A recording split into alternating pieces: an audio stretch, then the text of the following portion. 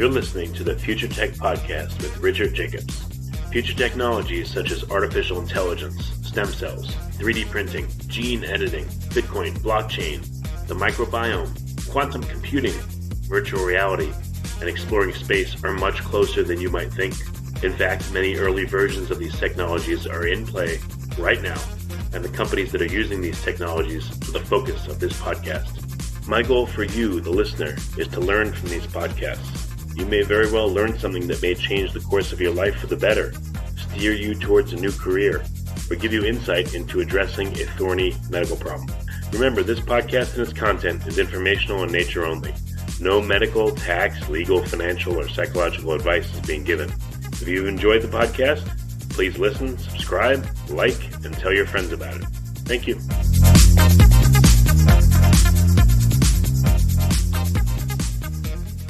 Hello, this is Richard Jacobs with the Future Tech and Future Tech Health podcast. I have Wolfram Zimmermann. He's a professor at the University of Göttingen.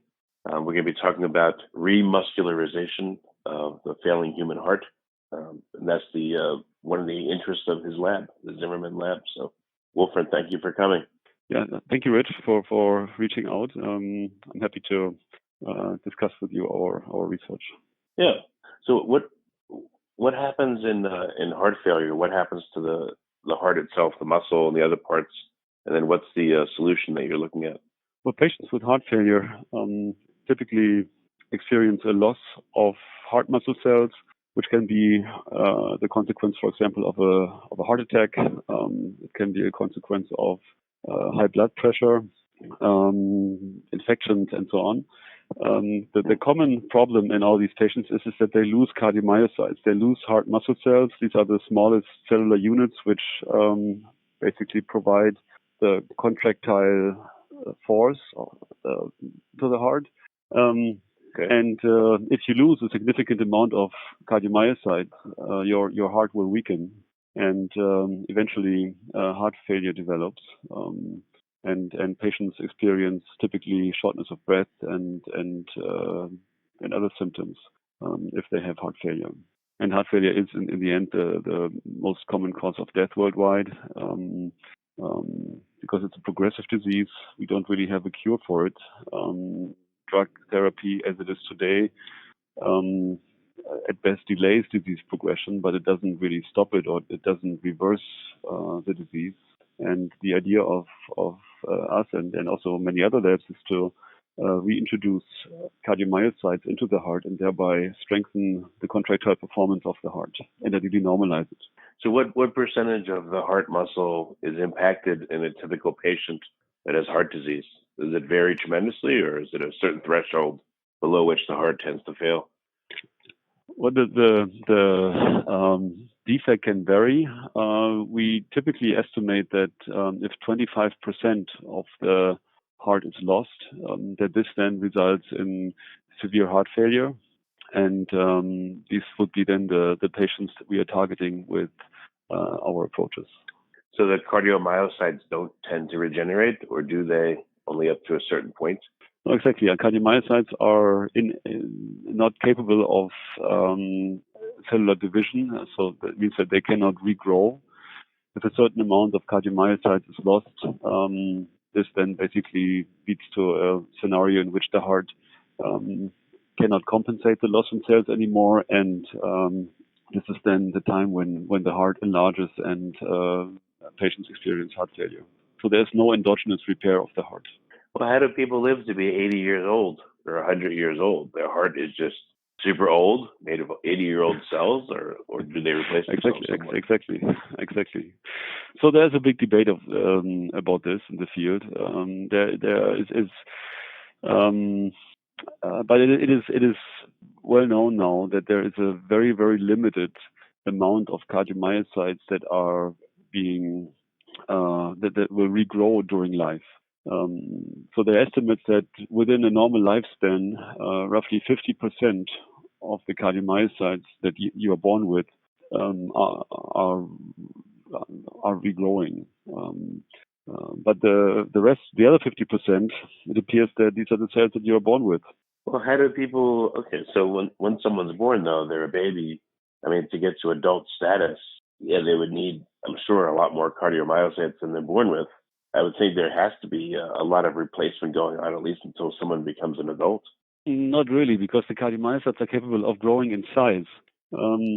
So at birth, the cardiomyocytes are still relatively small, and it has been estimated that there is like a 30-fold increase in volume of each cardiomyocyte you're born with.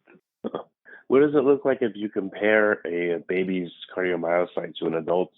I don't know if you can do it in humans, but in another animal, what's the morphology differences of the cell? Does it have just more mitochondria, more cytoplasm? Like, how does the cell differ?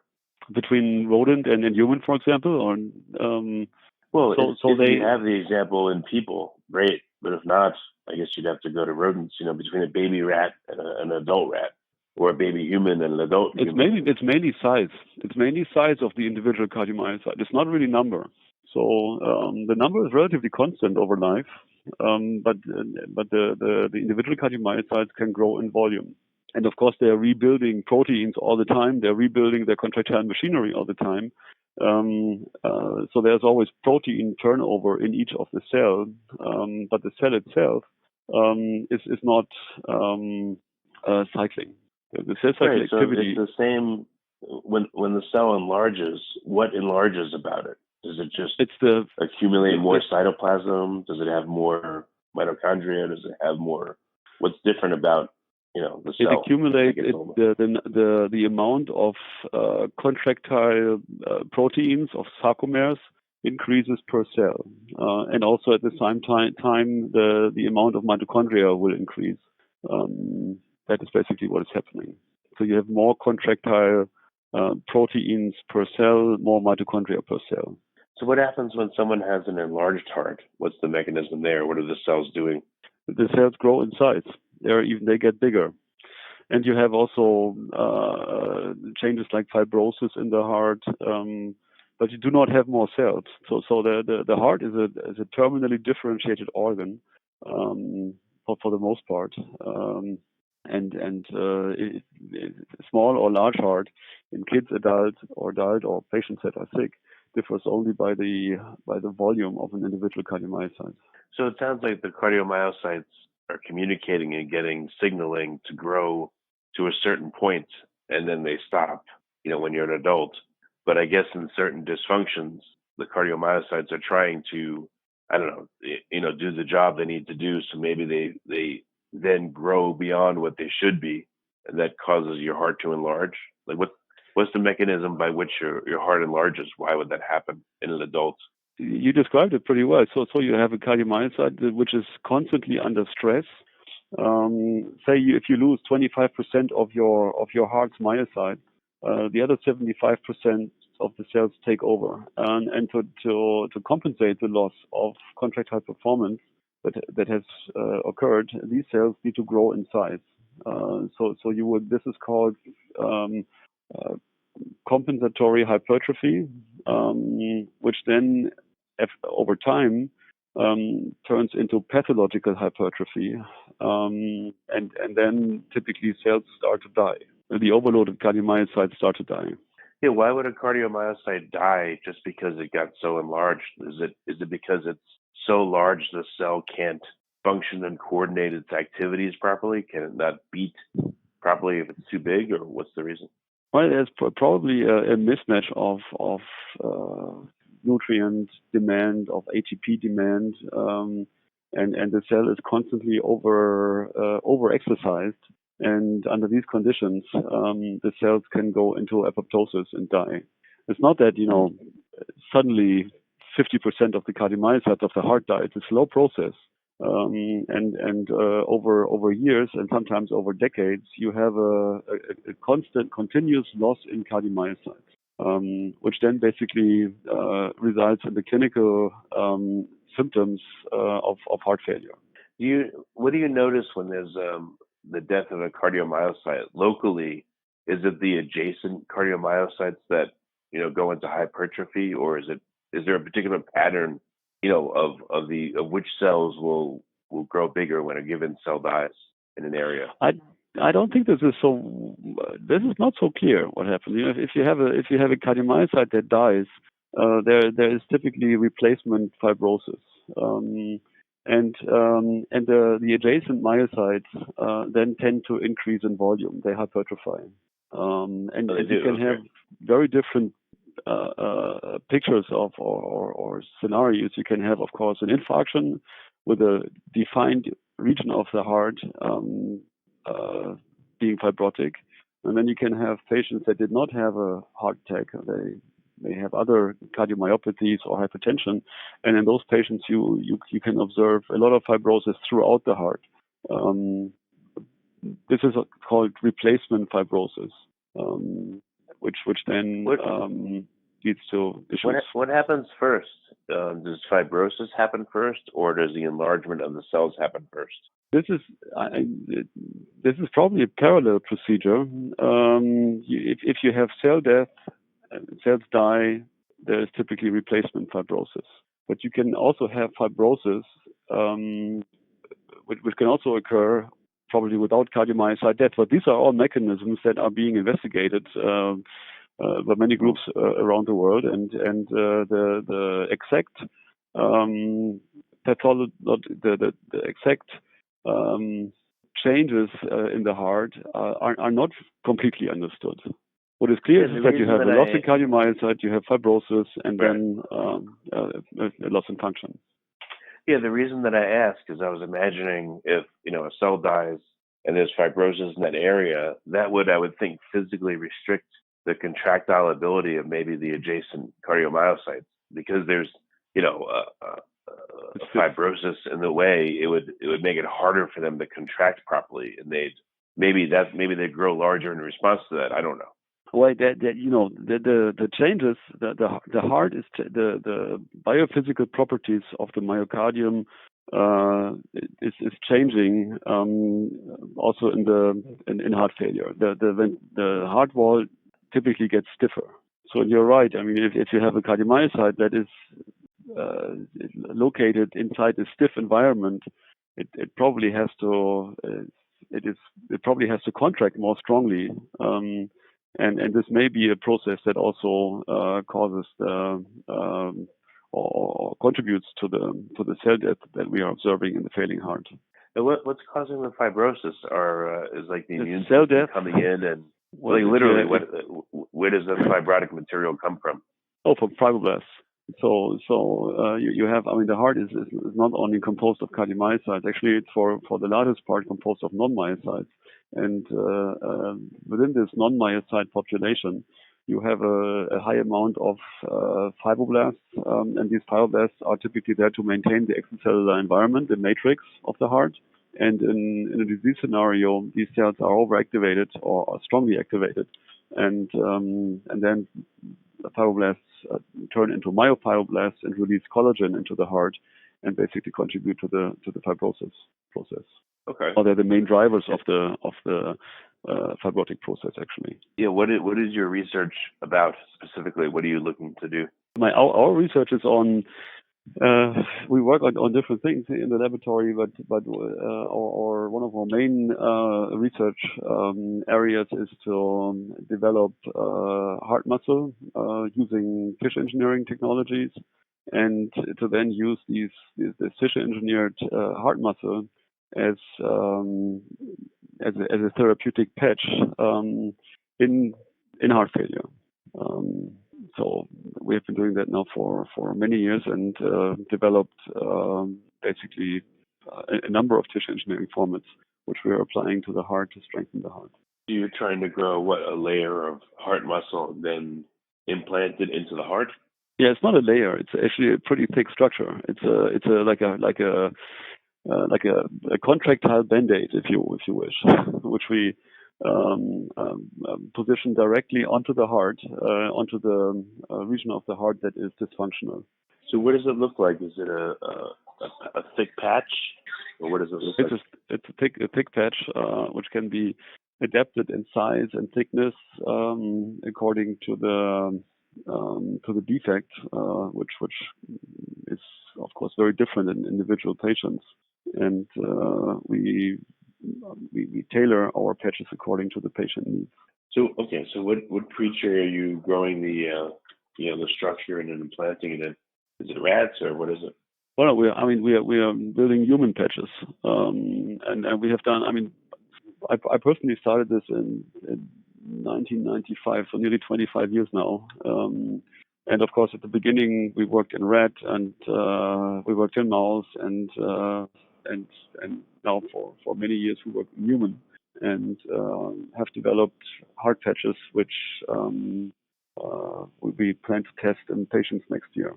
So what are some of the challenges you've been running into? Has it worked? Has it failed? What stage are you at? The challenges are to generate thick patches and to generate them with proper contractile performance. But many of these things have been worked out. And there's clear evidence from animal models that our tissue implants can be used to strengthen the heart, and we have seen in many different species. And one of the main challenges in our program is to develop GMP protocols to basically then have a therapeutic at hand which you can test in a patient. What do you mean? What does that mean, GMP protocols? Like what are the? You have to do. In the US, you have to be in compliance with the FDA. You have to produce your therapeutics according to the regulations set by regulatory authorities. And in the US, it's the FDA, and in Germany, it's the Paul-Ehrlich Institute. In Europe, it's the European Medicinal Agency. And so to develop a therapeutic, you have to obey to clear rules as to how to process a therapeutic. And this has been a lot of work over the last, let's say, 4 years at least, to advance our laboratory technology into a stage in which we have a therapeutic at hand. So what are some of the issues? Have you done this in rats and it works just fine, but in humans you need to go through all this regulation, or what are the stopping points? Well, to build tissue patches according to regulatory requirements is absolutely not trivial. We have very good evidence that our approach will be pretty safe. Of course, there are some safety concerns which have to be considered. This is, arrhythmias, tumor formation. These are the typical side effects that you could anticipate if you work with stem cell derivatives. And this is what we do. We use induced pluripotent stem cells to derive cardiomyocytes, to derive stroma cells. We mix them in collagen and basically form patches. There's the risk associated with these approaches are unwanted growth of the cells, and another risk is arrhythmia. We have tested, of course, for both in many animal models, and we have so far not observed these complications. So we're pretty confident that our approaches will be safe in clinical applications. We have good efficacy data in animal models, and hope that this can translate to the human. But this will have to be tested in a clinical trial. Is the tissue beating before you put it into the animal model, or is it only started to beat once it's in the animal model? No, it's beating before implantation. Constantly, you can keep. We call our model engineered heart muscle, or in short EHM. And EHM can be kept in culture for months, and they will maintain their contractile performance very long. How do you make sure the two beats come together? Because they probably wouldn't be synchronized. Beating rate that's a good question. So the intrinsic beating rate of our engineered heart muscle is pretty low. It's roughly 30 beats a minute or lower. Human heart is beating faster, and we believe, and we have not tested it in human, but we have worked quite a bit in macaque models, and we do have good evidence that the implanted patch is beating in synchrony with the recipient heart. Mechanisms on how that works is not so clear. There can be electromechanical coupling, there can be mechano-electrical coupling. There are different explanations for this. In rat models, we have seen very nice electrical coupling using high resolution ECG measurements, and yeah, from these data, we are pretty confident that there is coupling or beating in synchrony of the patch with the recipient heart. Well, how do you couple them? Do you sew the patch on and then shock the heart, or you sew it on and the heart takes over and says, "I'm the boss," and makes the patch fall in line? Or like, how does it work? Well, we suture the patches to the heart, and then the patch is constantly being trained kind of by the motion of the heart, by the contractile performance of the heart, and we think that this constant tear is leading to a synchronization of the patch, of its endogenous contractile performance. We know that from in vitro experiments, if we use, for example, continuous loading or straining of our tissue, that if we do that at a certain frequency and if we stop then the cyclic loading, that the tissues will continue to beat at that frequency for some time. So how long does it take for the two, the main heart and the patch to synchronize? And does that depend on the size of the patch that you're putting in? So we don't know exactly how the time course of integration is. That is also a very difficult experiment to do. Actually, I wouldn't even know how to do it properly. But if you image the heart using ultrasound or MRI, we can see that the patch is contracting basically in synchrony with the recipient heart. We can see that because the patches, if they're out of whack, that you'd have certain instances when the main heart and the patch both beat at the same time, and then you'd have instances where they beat not at the same time. So I don't know. I would think that would cause the blood flow to go crazy. Yeah, well, if it would happen, but that we have not observed. I can just, that is in theory, yes, that could happen, but we have not observed any dysfunction or asynchronicity of a heart that has been implanted with a patch so far. Huh. So you've never seen the main heart go at the rate of the patch. It's always the patch very quickly, synchronizing with the main heart. That's how it seems to be. Oh, thank God. Good. Okay.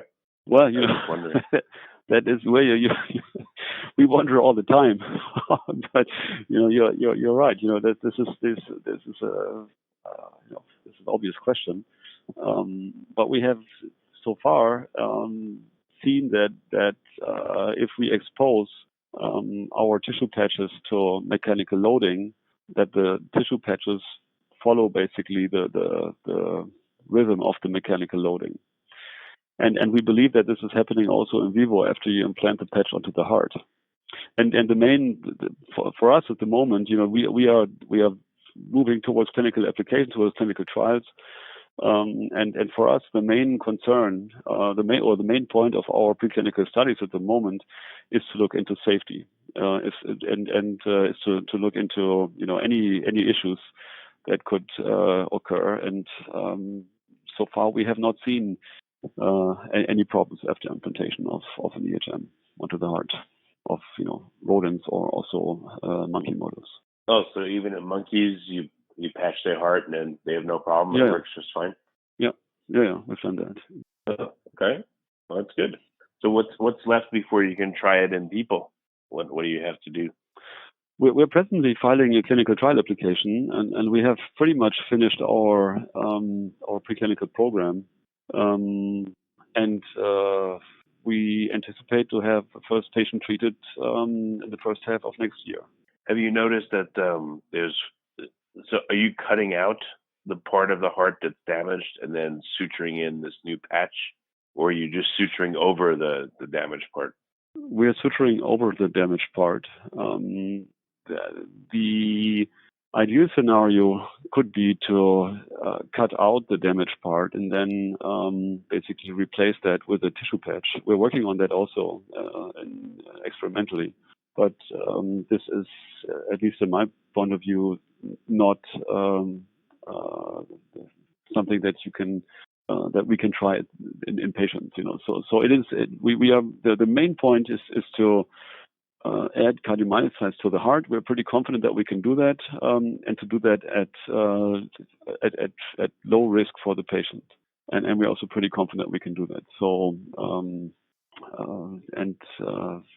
we will probably have to select patients very carefully and not treat patients with a very stiff scar.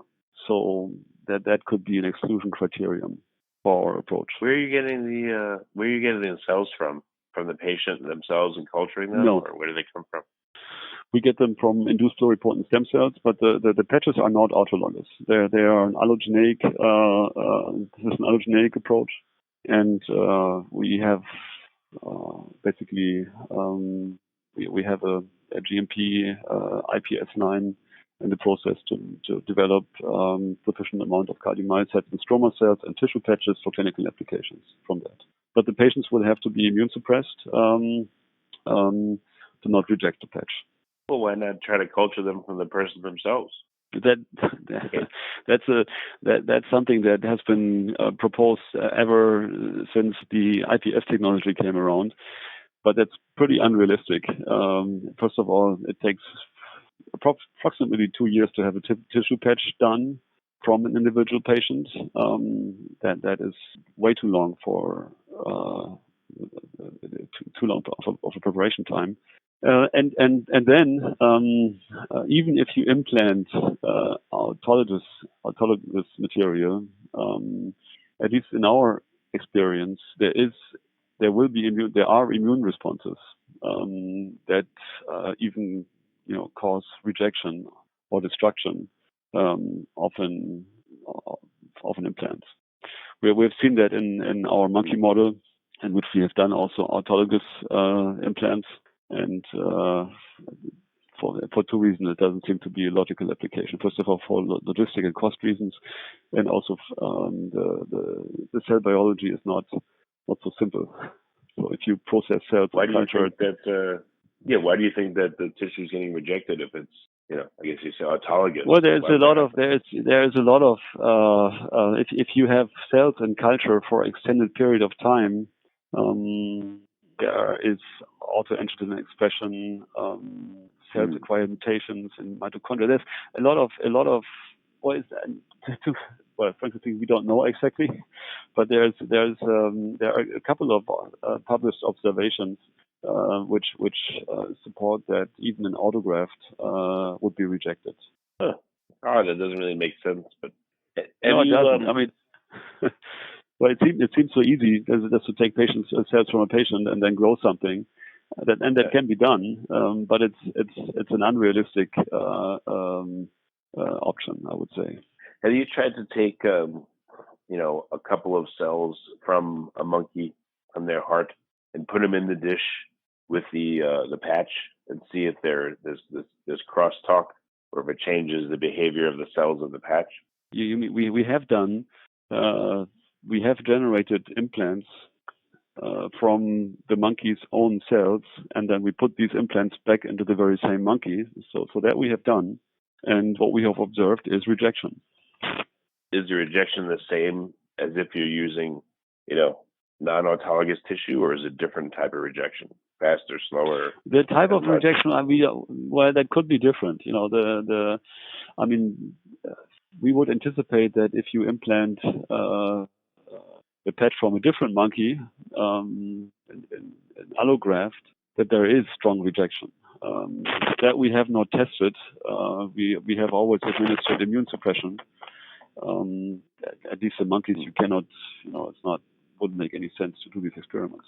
You would lose the graft. So the experiment that made sense was to do an autograft, and of course we anticipate that the grafts would survive, but that's not always the case. So what happened? How long did it take? Did the whole thing just become fibrotic, or like what happened when you did the autograft? Well, we have done 2 monkeys with autografts, and we have studied them for 3 and for 6 months. Keep in mind, these experiments for each of these monkeys takes 2 years to do. And in the monkey that we investigated 3 months after implantation, we did see still cardiomyocytes, but we also saw inflammatory responses. And in the monkey that we investigated 6 months after implantation, not a single cardiomyocyte could be observed. So after 6 months, the whole patch was it was fibrotic, or what happened to it? It was basically a cell-free. Well, it was a cell-free patch basically afterwards.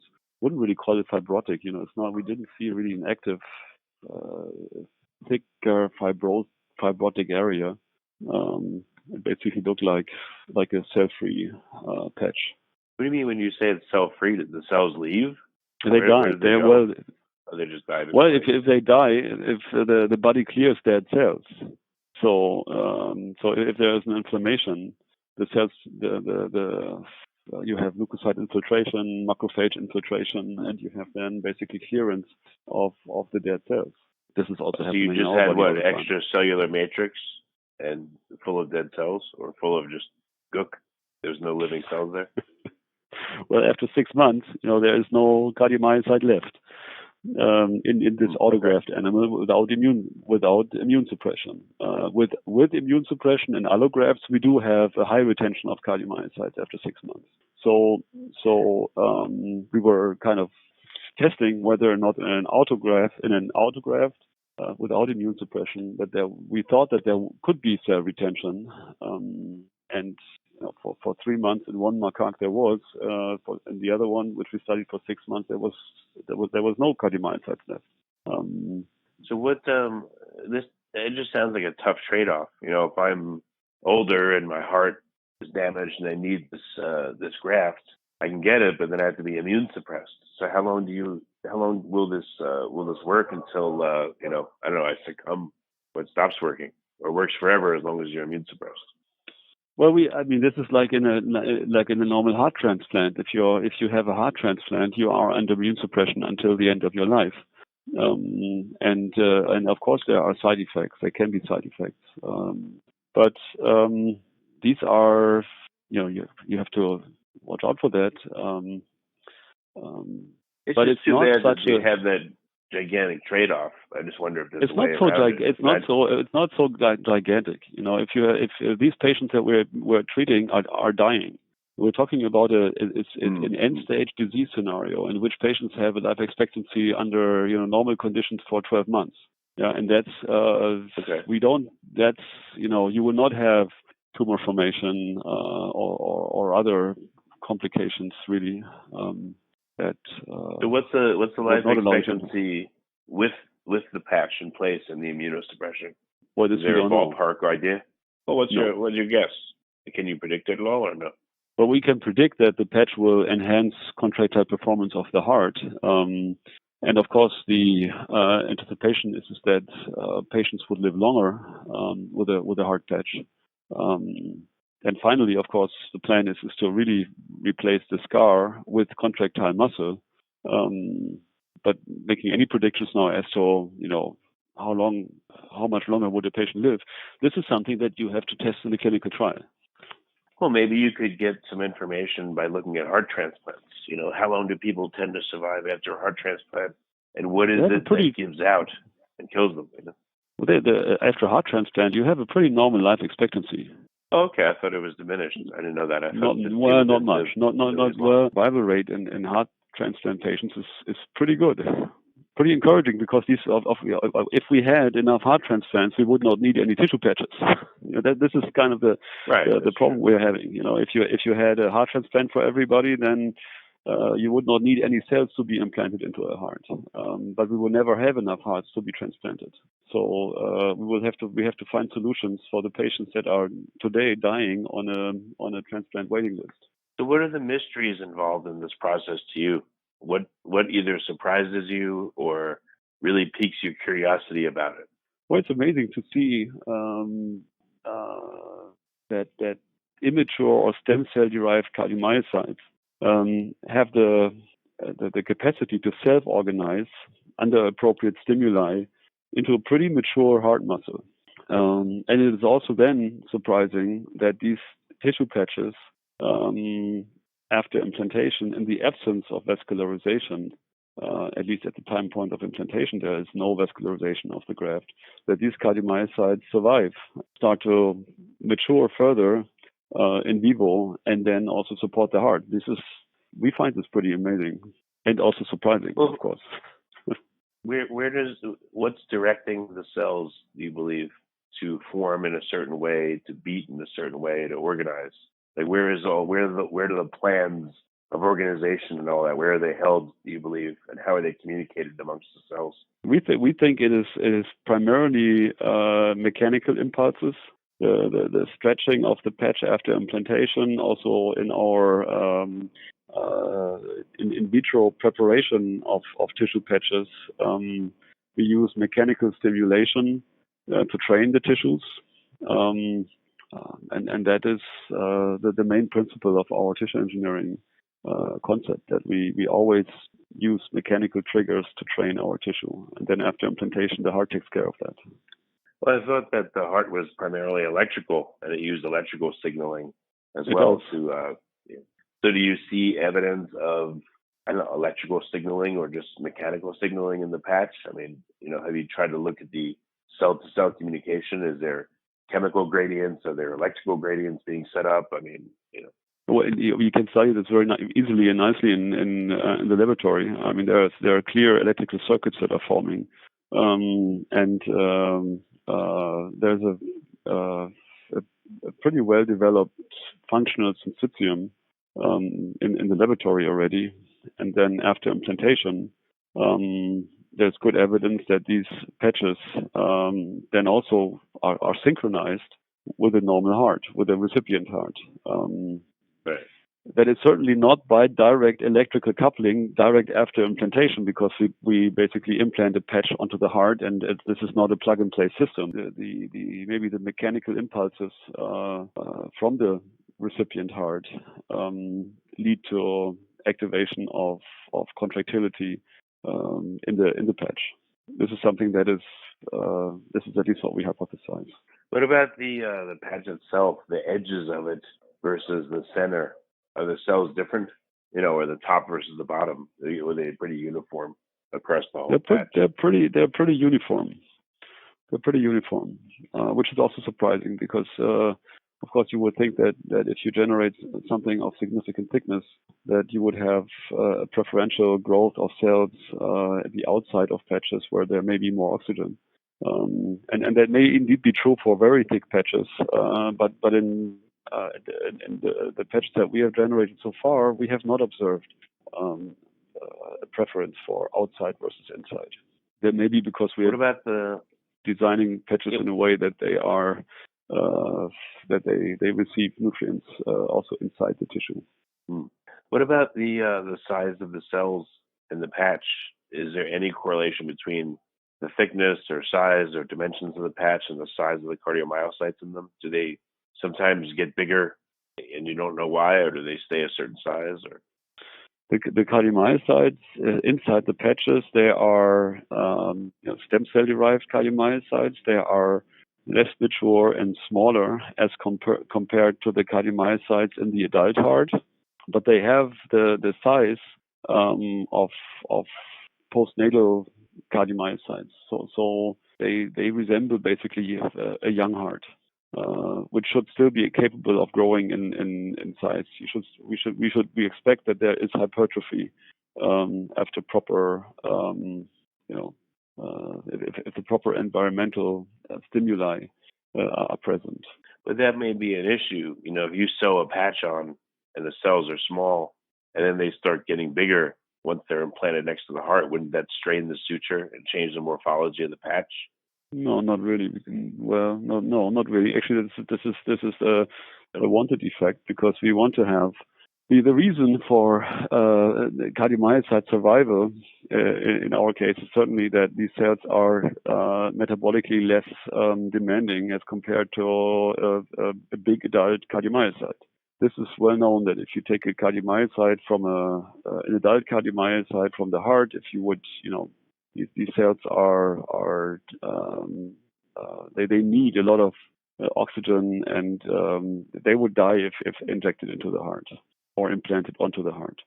So we intentionally keep if they grew bigger again, they would push other stuff out of the way. They would pull on the suture. They would get bigger. No, not really. No, I don't think so. Well, we have not observed that. They're trained by this we have never observed. How much smaller are they than the adult cardiomyocytes?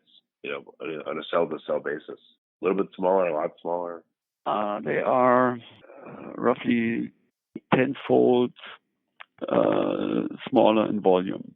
Wow, that's a huge change. I would think that would be. That's crazy. Yeah, they have the size of they have the same length of adult cardiomyocytes, but they are thinner. Oh, interesting. Have you implanted patches and then gone in there after a period of time and looked at the heart and pulled the patches out and see how they changed? We have not. We have done, of course, histological assessments, and we see that the cardiomyocytes are growing in size. It's pretty difficult to quantify. To precisely quantify cardiomyocyte volume in a tissue section. It is much easier to do that after isolation of cells from a tissue patch. And here we have done these volume comparisons, the cell volume comparisons. Well, what if you made a patch in the shape of like a circle, or the letter C, and then you patched it on in a rodent heart, and then 6 months later you euthanize the animal, looked at the heart, and see if the shape of the patch changed. If it had a very specific shape going in, it might be easy to observe it change. Maybe you make a shape like a star or a C or something. No, you can still see of course, the patch you can still see after months. That's the patch is still present. Taking it off the heart is not so easy. You would have to basically scrape it off the heart, and thereby you will probably destroy the patch pretty much. There is a clear or a strong connection of the tissue patch with the recipient heart. Okay, and then just a couple more questions. Hope I'm not driving you crazy with the questions, but I don't know if you considered these before, so maybe at least it's new stuff, maybe not. But what was I going to ask you now? So. Go ahead. You said the patch. What is the suture going into? So is the suture just in between the individual cardiomyocytes on the patch side, and then in between the cells on the other side, or is the suture what are you suturing into? Is there a border of the patch? There is the patches have roughly 4 by 4 centimeters in XY dimensions. And that can be extended or decreased. That's you can do it pretty much in any size. And then you basically use a suture, and you tie. You stitch through the patch and through the heart, and you tie a knot. But what does the suture bite into? It just goes in between the cells and extracellular matrix. It goes through the patch. Yeah. Well, yeah, you can see the cells obviously. So you just go directly through the patch and directly into the heart, and then you tie it. So have you seen any pattern of fibrosis that happens over time? If you observe the patch that's implanted after 6 months or a year, does the area around the suture tend to die, or the whole thing's preserved? There's always, if you put a foreign material into the heart like a suture, there is some foreign body reaction to the suture. and you can see the suture easily after 6 months. This is the longest time we have studied patch survival in a monkey model. So depending a bit on the suture material, there are different suture materials. Some materials resolve over time, others don't. And in the regions of the stitch, you will see some very small fibrotic changes. Okay. Well, very good. What's your ideal? What do you want to have happen in the next couple of years? What would be a great goal for you? Well, we hope that the approach we are developing can be safely applied in patients and will then help to support patient hearts or patients with heart failure. And we are, of course, super excited to see the results of the clinical trial we are starting next year. How long do you think this will take before real human patients can use it? Before it is, well, that depends on the outcome, of course, of our study. We're planning on treating. Well, if everything goes well. If everything goes well, how long do you think it'll be? Well, if it goes well, we know in 3 years we know whether or not it goes well, and then it depends on how well it went. We will have to see. That this is, you can imagine, these are very difficult patients to treat. They have very limited options. And one thing we know for sure is that we can add cardiomyocytes to a failing heart. So that's very clear. And we also know that we can maintain them for a long period of time. So there are several questions that we cannot answer. Whether do we need more cells? Do we need them integrated in a different way?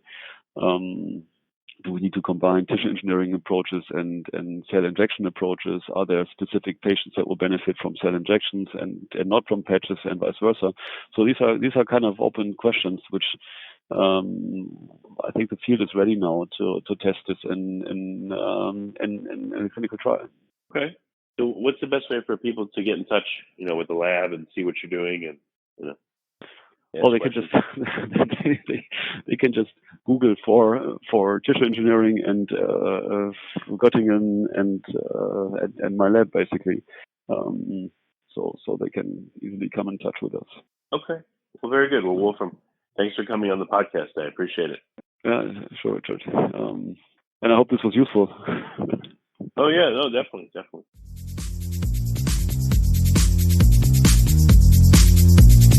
You're listening to the Future Tech Podcast with Richard Jacobs.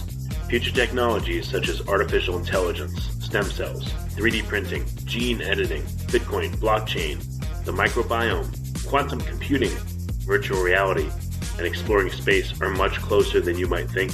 In fact, many early versions of these technologies are in play right now, and the companies that are using these technologies are the focus of this podcast. My goal for you, the listener, is to learn from these podcasts.